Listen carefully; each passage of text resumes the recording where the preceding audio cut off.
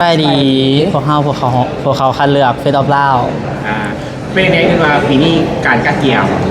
ความพ่อว่าจะเป็นทางการเป็นว่าบุคลิกที่เขามาควมคันในปีนี้ อันนี้เกียมร้ายแห้งแต่การสอมยางแล้วก็จิตใจรู้สึกว่าจิตใจเขาสำคัญแห้งเขาเกียมมาเต็มที่ประมาณเลย สำหรับน้องเอง สำหรับน้องเกี่ยมทั้งหุ้นทางสภาพร่างกายจิตใจพร้อมเต็มหายแล้วก็ทางซ้อมย่างซ้อมอย่างเลยตั้งแต่ซ้อมโบเป็นตั้งแต่ย่างโบเป็นอย่างเลยนี่กัน สำหรับเราบัวได้เกี่ยมอย่างไรที่ว่า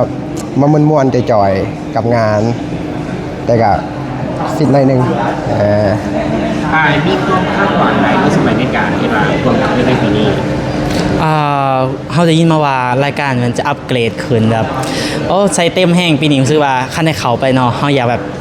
ม่วนเอนจอยกับมันอยากใส่เต็มกับมันเลยโดยสำหรับเรารู้สึกว่าอยากร้องอย่างใหม่ๆแล้วก็มานี่ปุ๊บบู๊จักไผ่เลยแต่เอ้ยให้กับตอนทำเขายังดีแล้วกับฟิลลี่นะครับสำหรับเราก็คือกันก็คือแบบเราได้เห็นอีกอย่างใหม่ๆแล้วก็เห็นให้ชีวิตเราตื่นเต้นขึ้นแล้วก็ได้รู้จักคนหลายๆขึ้น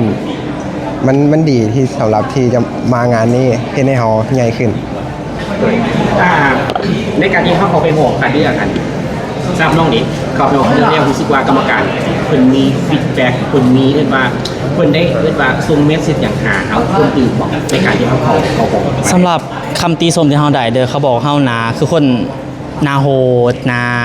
เฟียสแห้งซึ่งแบบเขากับแบบมันเป็นยังเขาเข้าใจเพิ่นเพราะว่ามันคือคำตีสมของเขาโดยสำหรับน้องเด็กวันที่จะเข้าของทางการเกี่ยมอย่างนี้ตอนนี้ก็เกี่ยมทาง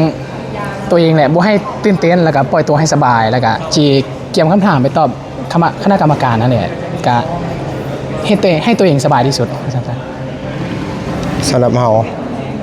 ขอให้มีสติในการตอบแล้วก็ได้เพราะว่าเขากับบุ้งว่าที่เกิดอย่างขึ้นอยู่ฮั่นถ้ามีสติก็น่าจะตอบได้ดีเรียกสติให้เราเด้อโอเคขอบใจไปบาย